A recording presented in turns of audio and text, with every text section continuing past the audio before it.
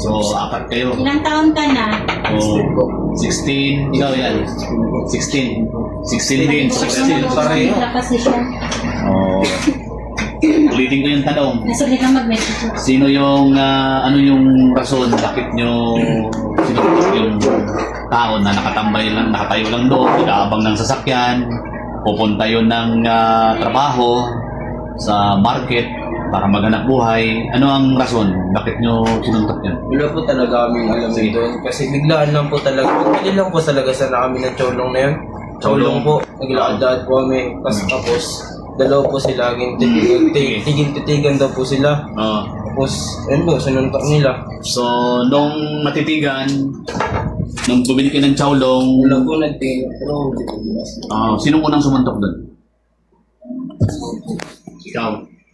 So, ano yung nasa isip mo? Bakit mo sinuntok siya? Hindi po sana ako nang susunod. Sinitantan po, tapos ginanong na lang po. Ginanong na lang. Anong nasa isip? Anong dahilan na ba't mo sinuntok? Anong dahilan? Bakit mo sinuntok? Gabing titig po kasi nakitantan. Grabe yung, dahil lang sa grabe yung titig. Oo. Tapos, sino yung may hawak ng bato? Sino yung ng bato? Sino yung may hawak ng bato? Sino yung ng bato? Kasi may tama siya sa ulo eh. Ikaw? Sino yun? Ha? Ikaw din. Ikaw rin. So, siya rin yung may hawak ng bato. Siya rin yung bato. Pero pwede po magsalita. Sige. Ano na naman natin tayo? Usap lang. So, Kasi ang sabi ng partner ko, binati siya. Pero bakit ba sabi nila na masama ang titig nito? Na binati pa naman din nila. Kaya, ano lang nila yun? Lalabas. Yun lang talaga ang kanilang rason. No? Kasi Kita naman din po sa CCTV kung paano. Oo. Kasi ako may hawak din ako, itong una kong nilakad yung CCTV. Bago ako naglapit sa barangay.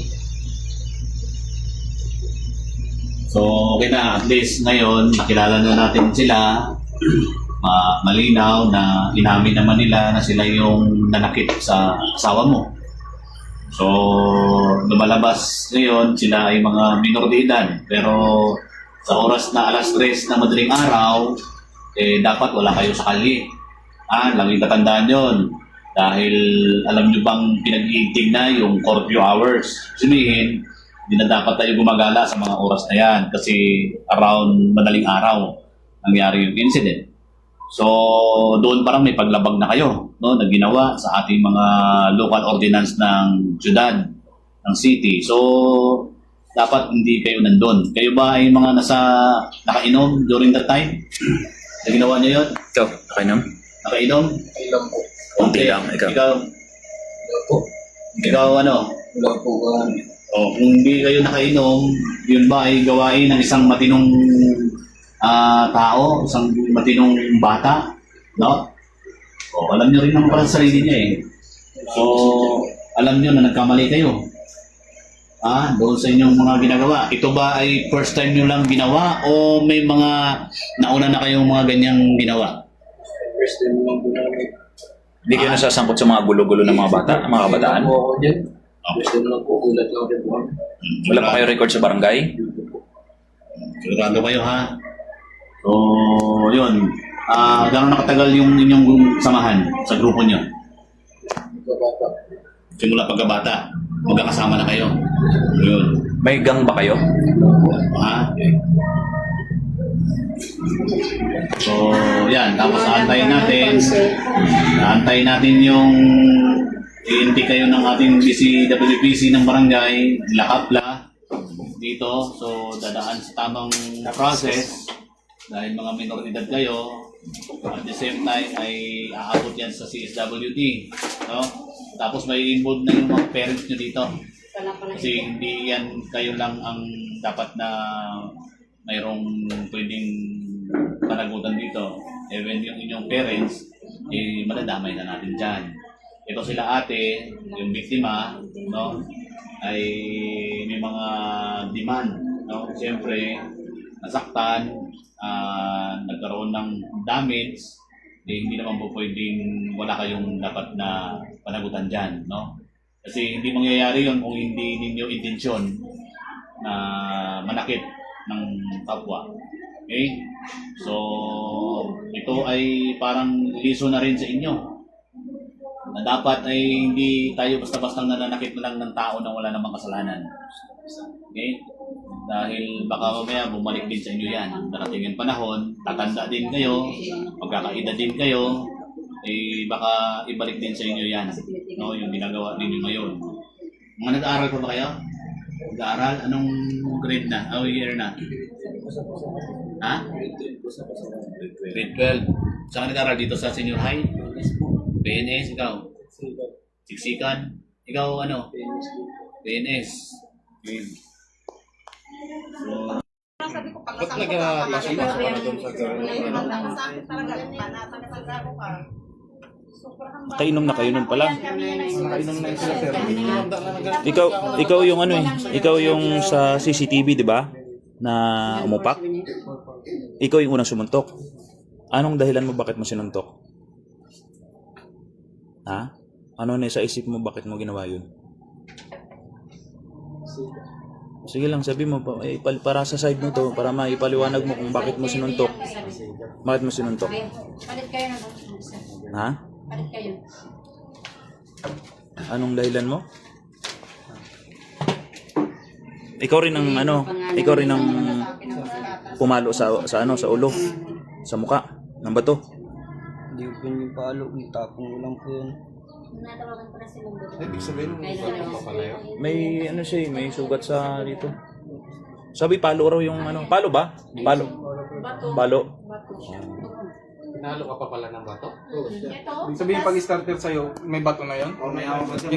Hindi suntok? Bato talaga? Bato.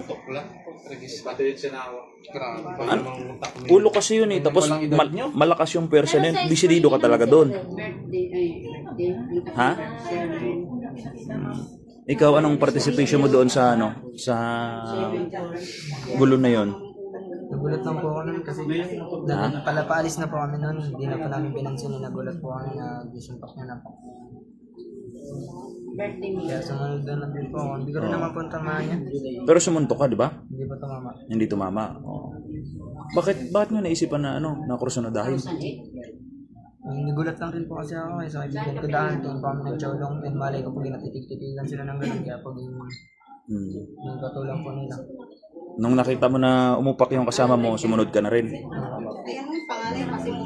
Parang hindi mo natugmay mga to. Anak ni Kuya Masong? Ikaw, Wala pa ako nagsutok mo. hindi ka sumuntok doon? Ikaw yung hindi sumuntok? Ano lang ginawa mo ng time na yun? Wala po, nakatayo lang po. Tapos kinuha kong tubig. Ikaw yung gumawa ng tubig. Tapos tumakbo na kayo papasok sa loob, di ba? Anong dahilan ng mga kasama mo? Anong narinig mo ng time na yun? Anong sabi? Wala po, magka-chowlong rin support sana kami nun.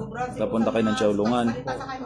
Tapos, nakita nyo siya na nakatayo, di ba?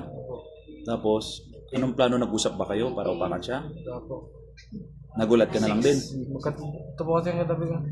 Siya ang katabi mo. Kita niyo yung mga buhok nila. Tapos, Kasi mo, nagulat na lang po kami. Ayan, sabi, nakapagupit sana raw yan ang buhok. Nakahingi na ng pagupit yun hanggang ngayon. Tingnan sila sa puso. daw, kinakausap pa. Nakapagupit ng buhok niya. Hindi ka sumuntok ka rin doon? Hindi po ako nang suntok. Sinong tatay?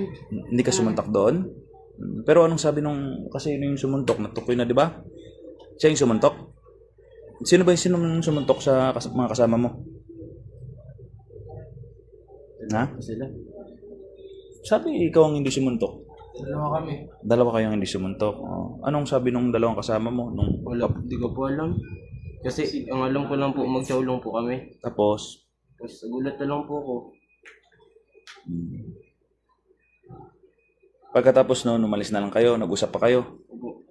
Tapos, pinag-usapan nyo rin yun. Hindi kami lumapan sa ginawa namin. Kilala nyo ba yung yung kinursunada ninyo?